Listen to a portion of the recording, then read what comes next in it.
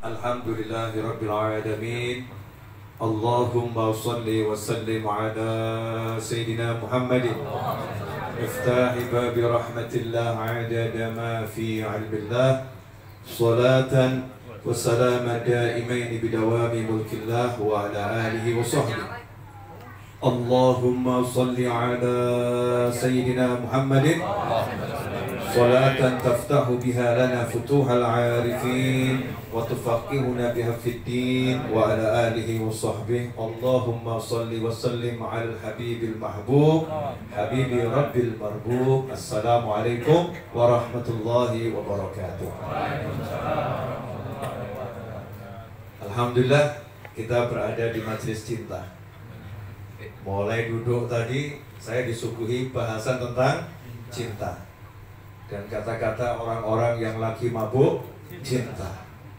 Memang cinta ini 5 huruf dalam bahasa Indonesia, tapi semua huruf dan kalimat tak akan pernah habis digunakan untuk mengungkap cinta. Karena itu cinta tak perlu diungkapkan dengan banyak kata-kata, tapi cukup dengan pandangan mata.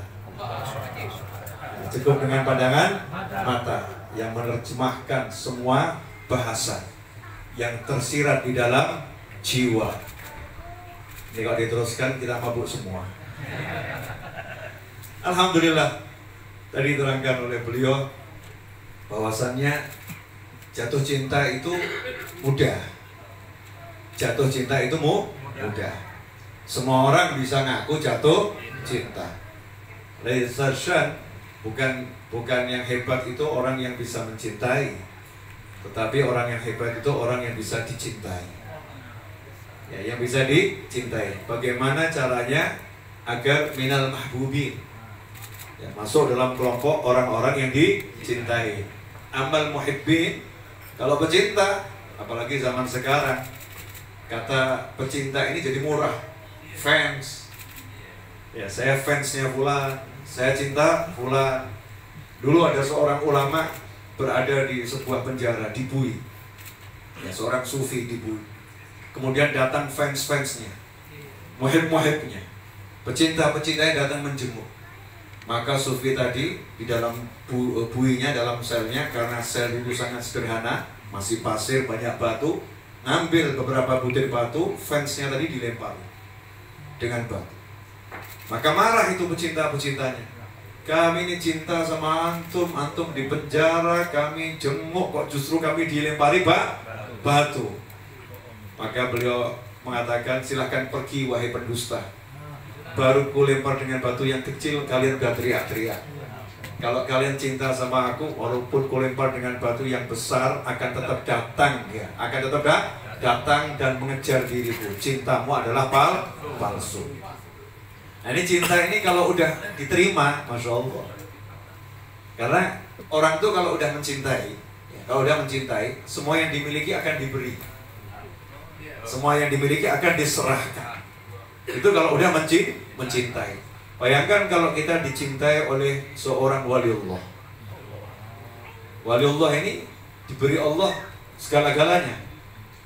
Karena tangannya bergerak dengan tangannya Allah, kekuatan Allah. Pandangannya memandang dengan pandangan yang diberi kekuatan oleh Allah. Kakinya berjalan dengan kaki yang diberi kekuatan khusus oleh Allah. Hatinya minta apa? Ud'uni astajib lakum. Itu orang biasa. Wali belum sempat minta, udah diberi oleh Allah. Karena harakatul qulub, gerakan hatinya itu sangat diperhatikan oleh Allah Subhanahu wa ta'ala. Maka para auliya wassalihin kalau udah jatuh cinta pada seseorang, yang dicintai itu dikasih semuanya. Makanya beruntung ya kalau seseorang itu minal mahbubin, dicintai oleh wali-wali Allah. Mudah-mudahan kita dimasukkan dalam kelompok tersebut. Amin Allahumma amin. Nah, karena kita yang nggak paham kita masuk kelompok yang mana, maka syariatnya kalau pengen minal mahbubin harus jadi muhibbin dulu, harus jadi pecinta dulu biar nanti dicintai. Bagaimana caranya jadi pecinta? Ya melakukan hal-hal yang disukai oleh orang yang kita cintai. Kalau udah kita lakukan yang disukai, maka nanti kita akan ditarik. Oh, ini saya cocok sama dia, cocok sama dia. Nanti kalau udah semakin melakukan hal-hal yang dicintai oleh yang dicintai, maka akan didekatkan lagi sampai akhirnya aku jatuh cinta sama kamu. Gimana kalau udah dapat predikat dicintai? Masya Allah, saya ambil contoh saja, contoh yang kita semua udah pernah mengalaminya. Ya mungkin sekarang kita amnesia, agak lupa, tapi kita semua udah pernah mengalaminya. Rasanya dicintai oleh sang ibu, rasanya dicintai oleh sang ibu. Sekarang mungkin kita udah lupa, walaupun ibu kita nggak pernah berhenti mencintai, tapi kita sudah lupa rasanya dicintai oleh ibu. Ibu ini ya sama anaknya, Masya Allah, belum kenal nih, masih dalam perut. Belum kenal, masih dalam perut. Anaknya kurang ajar, ditendang-tendang. Betul ya? Anak ini dipeluk dan nendang-nendang ibunya. Tapi apakah ibunya marah? Enggak. Punya muncul apa? Masya Allah, udah bisa nendang. Ditendang bukan marah, tapi ditendang justru semakin sayang. Ini karena ibu tadi memandang tendangan ini dengan pandangan cinta. Walaupun ditendang, tetap sayang. Begitu mau melahirkan, Masya Allah, tanya sama siapapun lah, yang namanya melahirkan itu taruhannya nyawa. Taruhannya nyawa. Yang dipertaruhkan adalah yang paling berharga, nyawanya. Nyawanya dipertaruhkan untuk yang di perut yang belum jelas. Nanti lahir ini ganteng atau enggak, kira-kira seganteng Habib Novel enggak, wallahu a'lam. Ini harinya Ali terus seperti kata antum. Ya, Firmadi bilang tadi harinya Ali terus. Belum tentu nih lahir ganteng, belum tentu lahir cantik, belum tentu lahir jadi anak yang soleh, belum tentu jadi anak yang solihah. Status belum jelas. Tapi sang ibu ini udah rela siap mati demi anak. Betul tak betul? Karena apa? Cinta. Begitu sakit atau enggak sakit? Sakit.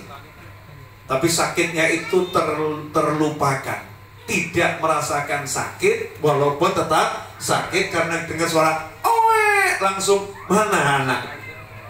Ya mana anakku? Apa udah selesai penderitaan seorang ibu? Belum. 9 bulan muntah, 9 bulan tidur gak enak, semua dilakukan. Begitu sudah lahir, selesai? Enggak.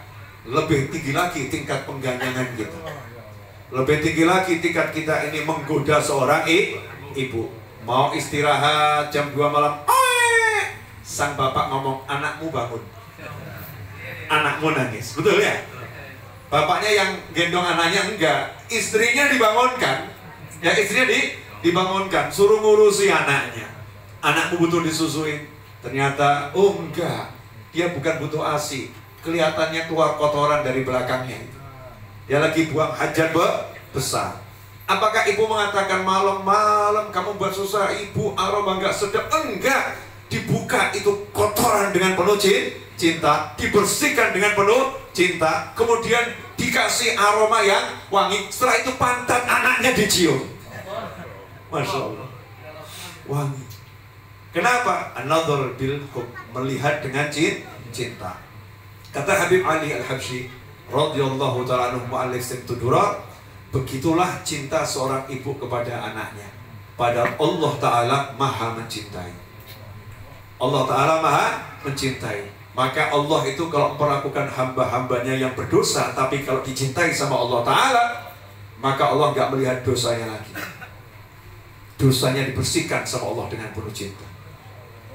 Dosanya itu disingkirkan sama Allah dengan penuh cinta. Kemudian ditutupin sama Allah Ta'ala, dikasih wangi-wangi sama Allah Subhanahu wa Ta'ala. Setelah itu dipamerkan sama Allah Ta'ala, ini yang ku cinta. Ini kalau udah dicintai oleh Allah Subhanahu wa Ta'ala. Dan para awliya ussolihin meniru akhlaknya Allah. Yang meniru akhlaknya Allah. Begitu wali itu cinta dengan seseorang, nggak lihat lagi kekurangannya, ditutup. Maka dikatakan pandangan yang cinta itu kotoran nggak kelihatan. Pandangan yang benci, kebaikan nggak kelihatan. Pandangan yang cinta, kotoran nggak kelihatan. Kelihatannya indah semua. Tapi pandangan yang benci, kebaikan nggak kelihatan. Naudzubillah min dzalik. Contoh, baginda Muhammad sallallahu alaihi wasallam, Rasulullah SAW, manusia yang paling ahli mencintai dan manusia yang paling dicintai. Sallu ala nabi. Tadi saya baca di awal satu sholawat yang diperoleh Habib Ali Habsyi dalam sebuah mimpi. Ya, dalam sebuah mimpi. Allahumma sholli wa sallim alal habibil mahbub habibi rabbil marbub. Ini sholawat diperoleh Sohibil Maulid dalam sebuah mimpi. Di antaranya didengar oleh Syekh Abdullah Ma'ruf Bajamal mengatakan pada Habib Ali Habsyi, wahai Ali, dengarkan nih sholawat yang membuat gunung-gunung ikut bergetar. Ya, Allahumma sholli wa sallim alal habibil mahbub habibi rabbil marbub. Sallu ala nabi. Sang kekasih Nabi Muhammad SAW, bagaimana cintanya kepada para sahabat khusus. Karena sahabat ini kan ya macam-macam. Ada level khusus, ada level biasa. Tapi Imam Junaid radhiyallahu ta'ala, pemimpinnya para sufi, ketika ditanya mana yang lebih utama, wali yang tertinggi atau sahabat yang paling rendah, maka dijawab, sab'in Junaid, 70 orang seperti aku dibandingkan satu sahabat yang paling rendah. Masih jauh lebih hebat sahabat yang paling rendah. Karena makomnya sahabat gak bisa didahului oleh siapapun. Sahabat melihat Nabi Muhammad sallallahu alaihi wasallam. Tapi ada sahabat-sahabat khusus, semisal Ahlul Badar, sahabat yang ikut perang Badar. Kita masih ingat kisah ada satu sahabat yang membocorkan rahasia perjalanan Nabi Muhammad sallallahu alaihi wasallam, yaitu Sayyidina Hatib bin Abi Balta'ah radhiyallahu ta'ala anhu. Ketika baginda Muhammad SAW berangkat dari Madinah mau Fathul Makkah, rencana perjalanan Nabi itu SAW dirahasiakan. Tapi Hatib bin Abi Balta'ah radhiyallahu ta'ala anhu membocorkannya. Maka turun malaikat Jibril dari langit, ngasih tahu Nabi Muhammad SAW. Coba lihat ya, ini yang berbuat salah sahabat mulia yang luar biasa. Apakah langit membocorkan rahasianya? Enggak. Karena minal mahbubi, yang dicintai sama Allah Ta'ala. Maka Allah cuma ngomong kepada malaikat Jibril, sampaikan pada Nabi Muhammad SAW, ada yang membocorkan rahasia perjalanan. Namanya nggak disebut, aibnya nggak dibuka. Maka Rasulullah SAW pun memerintahkan Sayyidina Ali bin Abi Thalib radhiyallahu ta'ala anhu dan satu sahabat yang lain, coba kejar tuh, ada seorang wanita yang membawa surat, surat menjelaskan strategi untuk Fathul Makkah. Maka dikejar sama Sayyidina Ali bin Abi Thalib. Singkat cerita, ketemu wanita tadi. Setelah diinterogasi dengan sedikit ancaman, kalau kamu nggak ngaku maka kamu akan saya telanjangi. Saya buka semua pakaianmu, saya teliti satu persatu. Akhirnya wanita itu mengeluarkan surat dari sanggulnya. Ini, nanya Sayyidina Ali, dari siapa ini? Hatib bin Abi Balta'ah. Jadi tahunya itu dari siapa? Karena wanita itu yang mengaku. Bisa saja Allah bilang sama malaikat Jibril alaihissalam. Bisa saja saat itu langsung Allah kasih tahu siapa yang membocorkan. Tapi karena ini orang-orang yang dicintai oleh Allah Subhanahu wa ta'ala, maka Allah menjaga kehormatannya. Sampai akhirnya datang Sayyidina Ali dan mengatakan, ini ya Rasulullah, dan sesungguhnya ini yang bocorkan Hatib bin Abi Balta'ah radhiyallahu ta'ala anhu. Sayyidina Umar bin Khattab, Sayyidina Umar ini memang macan ya, Al-Faruq, yang memang sifatnya itu tegas. Ya, sifatnya tegas, langsung mengeluarkan pedang. Izinkan aku menggal leher munafik ini ya Rasulullah. Marah Sayyidina Umar. Apa yang dilakukan oleh Nabi Muhammad SAW? Apakah Rasulullah kemudian mengatakan iya? Apakah Rasulullah mengatakan hajar? Apakah Rasulullah mengatakan ini keterlaluan? Saya Rasul yang termulia, rahasia saya dibocorkan. Apakah seperti itu? Tidak. Nabi memanggil Hatib bin Abi Balta'ah. Betul kamu yang melakukannya. Betul ya Rasulullah. Tapi bukan karena saya mau murtad, bukan saya benci sama agama saya. Masalahnya kalau sahabat-sahabat ini di Mekah, mereka punya kenalan yang jaga rumahnya. Rumah saya gak ada yang jaga, nanti kalau rusuh repot. Kalau rusuh repot, nanti terjadi penjarahan-penjarahan. Maka cuma berapa orang yang saya kasih tahu, imbalannya mereka akan jaga rumah saya. Maka di situ Nabi bersabda SAW yang maknanya, sesungguhnya Allah telah berkata kepada sahabat-sahabat yang ikut perang Badar, "I'malu ma syi'tum fa inni qad ghafartu lakum." Bukannya dimarah sama Nabi, justru diumumkan, ini Hatib bin Abi Balta'ah, Allah udah buat pengumuman, silahkan berbuat seperti apapun, aku udah ampuni dia. Dia dan kawan-kawannya ahli Badar udah diampuni oleh Allah Subhanahu wa ta'ala. Nah, ini orang yang dicintai Allah, meskipun punya salah yang besar, bahkan diumumkan min ahlil jannah. Karena minal mahbubi, dicintai oleh Allah Subhanahu wa ta'ala. Karena itulah kesalahannya orang-orang yang dicintai jangan disamakan dengan kebaikan yang orang-orang yang belum dicintai. Ya, ini saya ambil contoh, boleh? Boleh ya? Yang udah punya anak paham insya Allah. Kalau kamu punya anak, terus anakmu berbuat salah, dicaci maki orang, senang atau sedih? Sedih. Kira-kira yang mencaci maki kamu cintai atau kamu jadi gak suka sama dia? Yang mencaci maki ini ngomong bener, anakmu begini, anakmu begini, anakmu begini. Omongannya bener, anaknya salah ini. Anaknya salah, tapi hatinya seorang ayah dan ibu gak bisa suka sama orang yang mencaci maki tadi. Justru dia melindungi anaknya, tenang. Ya, kamu anakku, seburuk apapun kamu anakku. Dibela oleh ayahnya. Ini baru seorang ayah atau ibu pada anaknya. Lantas bagaimana Allah Ta'ala kepada hamba-hamba yang dia cintai? Oh, itu ampunan miliknya Allah, surga miliknya Allah, neraka miliknya Allah. Makanya kita jangan pernah ngurus kesalahannya orang lain. Siapa tahu orang-orang itu termasuk yang dicintai Allah Ta'ala. Nggak ngerti. Kadang-kadang kita lidahnya ini, Masya Allah, tergesa-gesa, ikut-ikut setan. Ada fulan kok sekarang begitu dia ya, kok sekarang dia begitu ya, dia harus seperti itu. Kita celah, caci maki orang yang mungkin orang itu minal mahbubin, orang-orang yang dicintai oleh Allah, dicintai oleh Nabi Muhammad SAW, dan dicintai oleh para awliya wassalihin. Kita kembali ke masalah awal tadi, gimana caranya masuk dalam kelompok yang dicintai? Tiru ahli Badar. Ahli Badar ini gak serta-merta minal mahbubin. Ya, gak serta-merta minal mahbubin. Mereka berjuang, nyawanya dipertaruhkan, hartanya diserahkan, dirinya dipersembahkan, berjuang bersama Nabi Muhammad SAW. Maka Rasulullah membalas, ini orang-orang yang kucintai Allah. Nah, kalau kita pengen dicintai para wali, hadir majelis, nyumbang gak pernah. Padahal duitnya banyak. Duitnya sisa-sisa. Tahu kiainya, tahu gurunya, tahu ustadznya, butuh dana untuk pembangunan, serupiah pun gak keluar. Terus mau minal mahbubin, nanti dulu. Minal hadirin. Coba lihat perintah Nabi Muhammad SAW.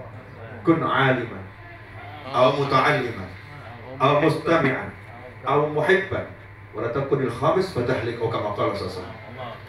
Jadilah orang yang alim. Jadilah orang yang alim. Ini orang yang alim ini udah otomatis dicintai oleh Allah Subhanahu wa ta'ala. Aw muta'alliman, yang betul-betul cari ilmu. Kalau nggak bisa mustami'an, pendengar. Aw muhibban. Nah, yang muhibban ini Masya Allah, walaupun gak ikut ta'lim, gak pernah hadir, wala minal hadirin, hadir gak pernah, muta'allim enggak, belajar sungguh-sungguh juga enggak, apalagi jadi orang alim, tapi muhib, pecinta. Oh itu Yai mau ada pengajian di sana ya? Iya. Udah ada yang kasih makan buat jamaah belum? Belum. Udah, saya yang beresin. Orangnya nggak pernah dikenal nih. Oh itu Yai, Ustadz guru lagi bangun pondok ya? Iya. Udah ada yang bereskan belum? Belum. Berapa itu dan butuhkan 10 ayat? Ya udah beres, saya ngurus. Masya Allah, orangnya begini, gak usah hadir majelis. Repotin nambah nanti. Gak usah hadir majelis. Minal mahbubin. Perintah Nabi. Minal muhibbin. Ya, kamu muhibban, jadilah pecinta. Betul dia nggak pernah hadir, tapi dia cinta benar dengan dia punya harta dengan hartanya. Yang satu lagi punya kekuasaan. Masya Allah, dia nggak punya harta, tapi dia punya power. Oh itu kiai mau buat majelis, guru buat majelis, ya jangan khawatir, izin lancar semua, saya yang tanggung jawab. Saya bereskan izinnya semua. Masya Allah, Wahai pecinta, yang begini nanti akan dicintai karena dia korbankan apa yang dia miliki. Katanya, saya nggak pernah ikut taruhan, alhamdulillah. Ya, mudah-mudahan itu juga nggak pernah ikut taruhan. Saya taruhannya yang lain. Ya, taruhannya yang lain.